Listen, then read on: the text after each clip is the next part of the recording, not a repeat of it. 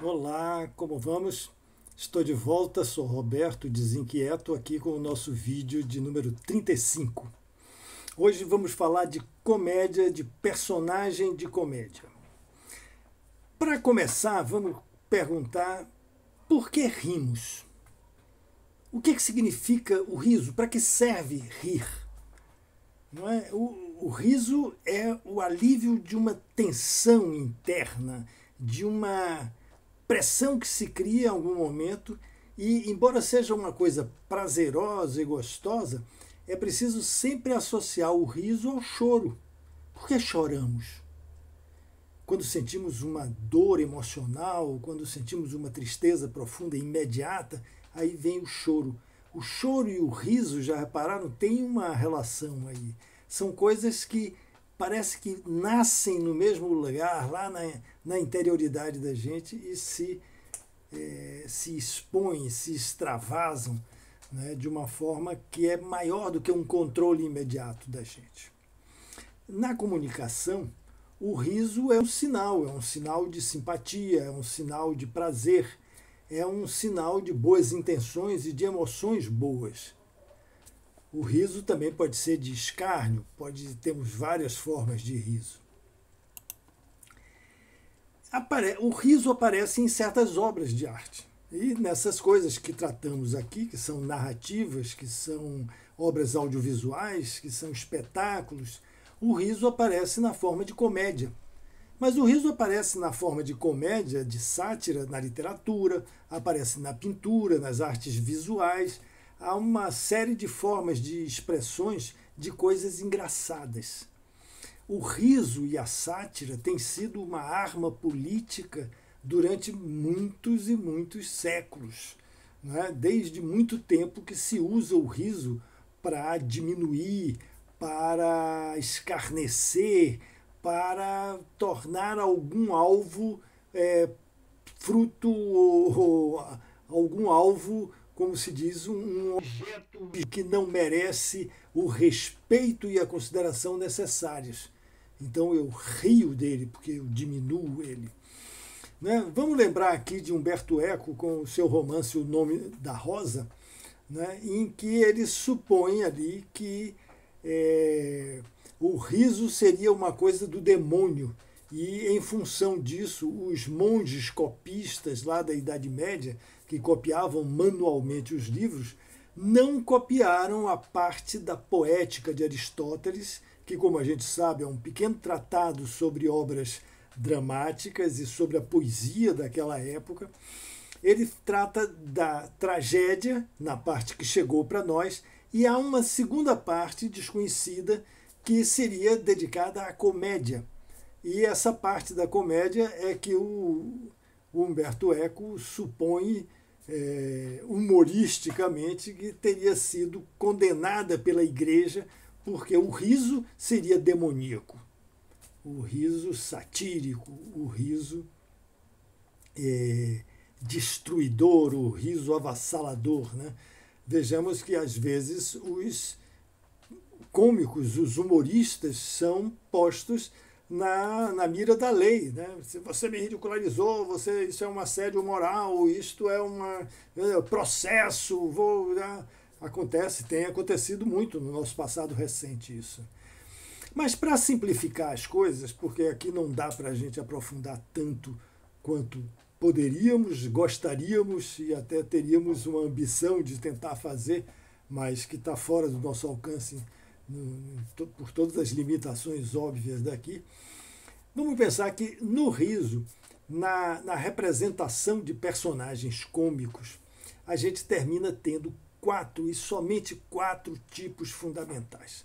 Todos os tipos cômicos que aparecem, tanto na literatura, como no cinema, como no teatro, na televisão, eles são uma variação sempre de um desses quatro tipos que eu vou falar aqui, que são o fanfarrão, o sarcástico ou o ironista, o bobo e o parvo.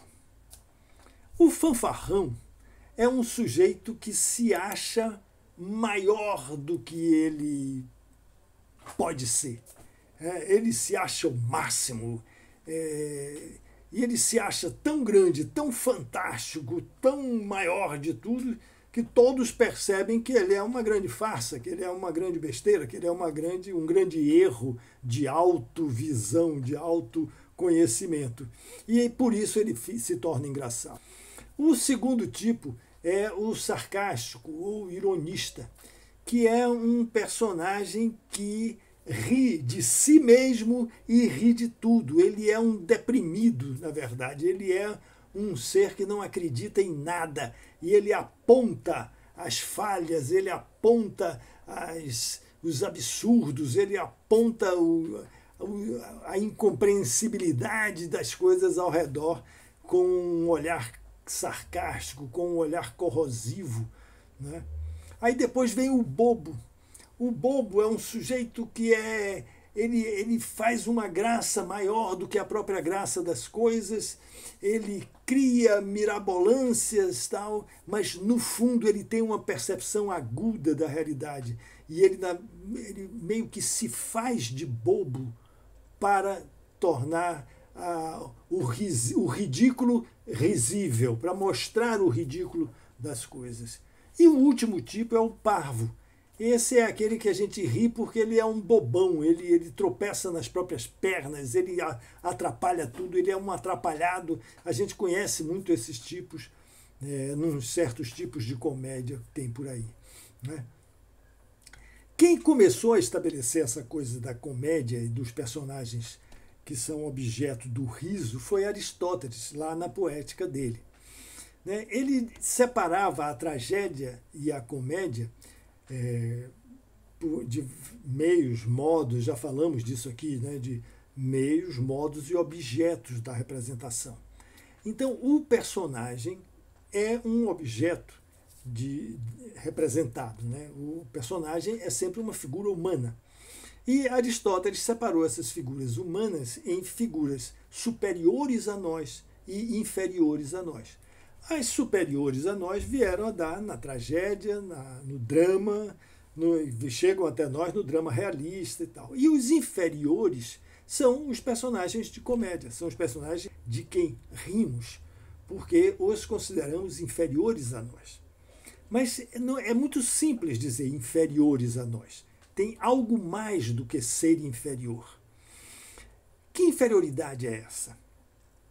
Nós temos que situar os personagens para entender a inferioridade. O personagem vive no meio de outros personagens. Tem o mundo do personagem. Então, tem o personagem e seu mundo. Além do mundo do personagem, tem o mundo nosso, dos espectadores, que olhamos para os personagens, que somos os leitores ou espectadores da obra do autor do personagem. E tem o autor do personagem que tem sua visão de mundo, tem seus valores, etc. Então, aí é que se estabelece a relação de superioridade ou de inferioridade, que não é propriamente um dom ou uma característica marcante, um caráter fundamental do personagem.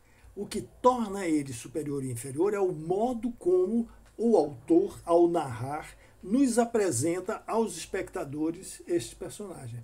Pode ser que ele seja percebido pelos outros personagens que estão em torno dele como um ser superior ou como um ser inferior, mas às vezes não. Às vezes ele transita meio que secretamente entre a superioridade e a inferioridade.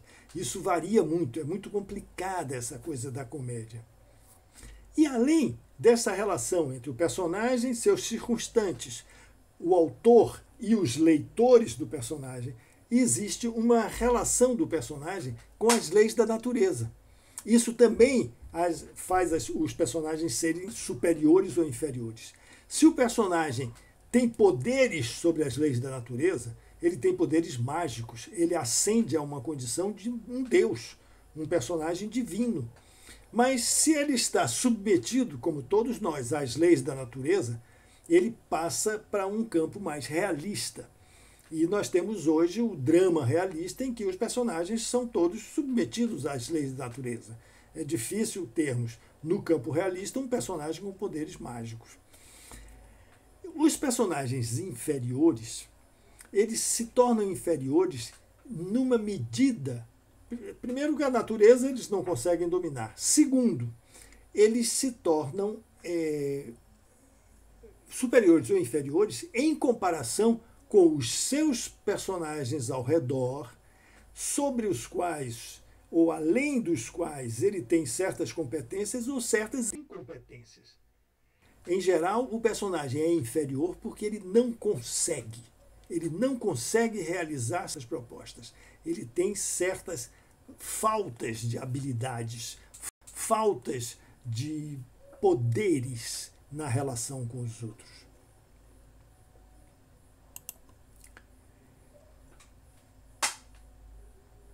Quando um personagem não é superior à natureza, ele é humano. Ele é humano como todos nós somos. Então, aí as relações se criam em termos horizontais.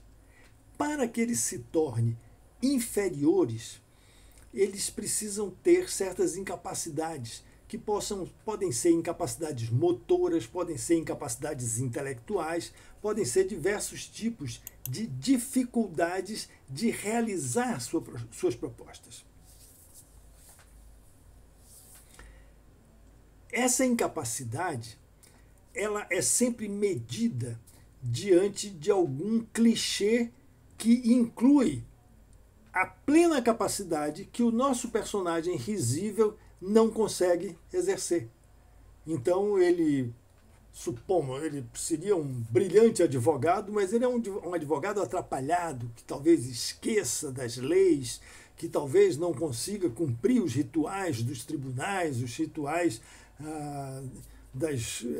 como é que se chama isso? Das varas cíveis, onde estão os juízes, das audiências, eles metem os pés pelas mãos. Tal.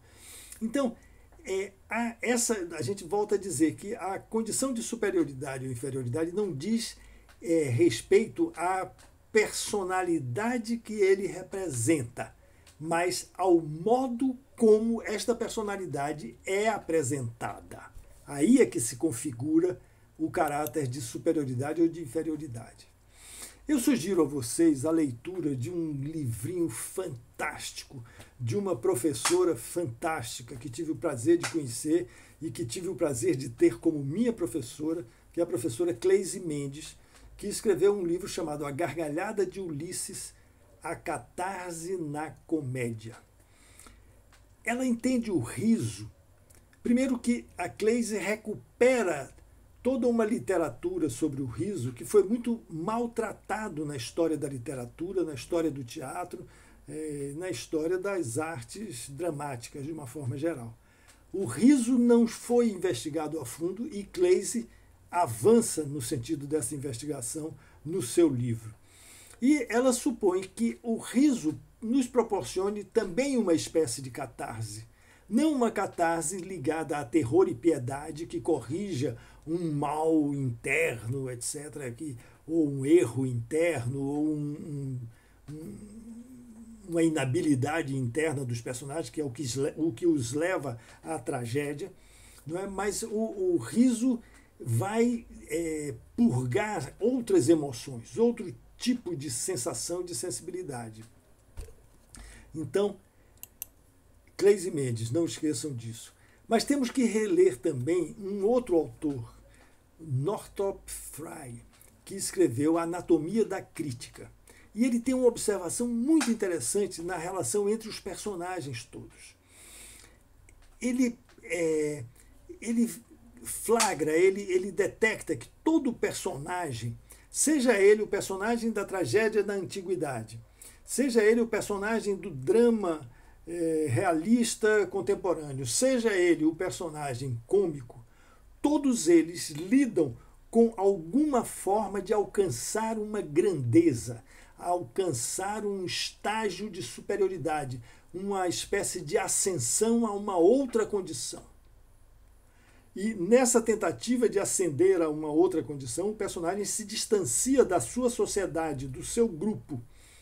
E esse distanciamento, esse afastamento do grupo é que gera o conflito dramático e também gera o conflito cômico no outro lado. E tanto na tragédia, no drama, como na comédia, O que acontece é uma reabsorção do personagem ao seu meio, ao seu contexto. O personagem lá da antiguidade que queria ser um deus, ou o personagem do drama que quer realizar uma tarefa maior do que ele é capaz, tal, esses dois personagens são humanizados de volta quando eles são reintegrados na sociedade e confrontados com os seus iguais. Já o personagem cômico, ele tem um sonho de grandeza fantástico e que todo mundo percebe que esse sonho é só dele particular e é um erro de percepção que ele tem dele mesmo. E a trajetória da comédia é a restituição desse homem fanfarrão, desse sarcástico, irônico.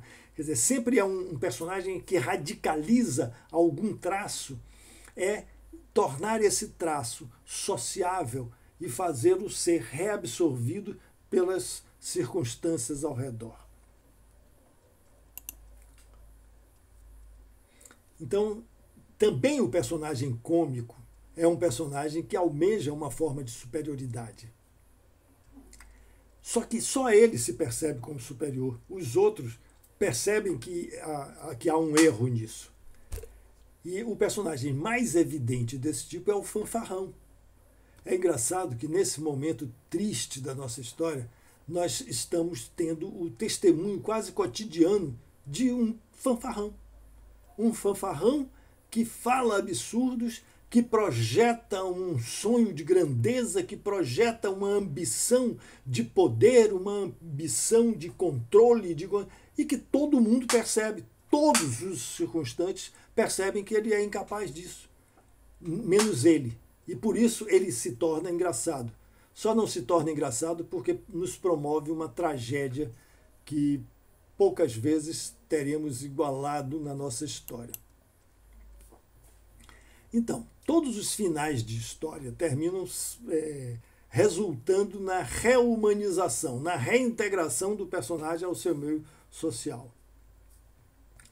Os personagens cômicos se reintegram quando eles percebem que não são exatamente o que pensam e eles retornam à vida comum, mesmo que continuem parvos ou que continuem bobos. E continuamos rindo deles. Obviamente, não daremos conta nesse tempo aqui de toda a complexidade do problema do riso e do personagem cômico, mas a gente tentou desenhar aqui algumas coisas. Esse vídeo de número 35 é o vídeo que encerra um ciclo do Desinquieto. Nós estamos aqui no Natal de 2020, um ano trágico. Estamos atingindo a marca de 190 mil pessoas mortas por uma pandemia de um vírus imprevisto e inesperado que surgiu na história da humanidade há cerca de um ano atrás, mas que nós, particularmente no Brasil, o governo brasileiro, as autoridades brasileiras, não tiveram a competência, não tiveram a decência, não tiveram a humildade de enfrentar de uma forma racional, de uma forma lógica. E enfrentaram o vírus como fanfarrões, tentando fazer de si grandezas que não tinham, com cloroquinas e outras fanfarronices que temos por aí. Encerramos aqui este ano. Queremos desejar o melhor possível para todos nos próximos tempos, que consigamos sobreviver a isso, que a vacina venha e consiga erradicar essa pandemia. E queria agradecer a atenção, o cuidado e convocar vocês a continuarmos trabalhando nesses temas, nessas questões todas. Nós vamos continuar o ano que vem. Em fevereiro retomamos o Desinquieto. O nosso grupo de trabalho, formado aqui com 11 pessoas, está trabalhando a pleno vapor. Também faremos uma pausa em janeiro, mas há 11 projetos de roteiros de obras audiovisuais sendo desenvolvidas. Estamos discutindo isso toda semana, constantemente, e está bonito esse trabalho. Às vezes eu fico muito orgulhoso de ter proposto isso e vejo o que está acontecendo. E quando vejo o que está acontecendo, fico muito orgulhoso. Então, esta foi a primeira fase do projeto de extensão O Desinquieto, acolhido pela UFRB, no Laboratório de Dramaturgia do curso de Cinema e Audiovisual, do CAU, Centro de Artes, Humanidades e Letras, em Cachoeira, e continuaremos insistindo no ano que vem. A todos, o melhor futuro que a gente puder imaginar. Muito obrigado, um abraço.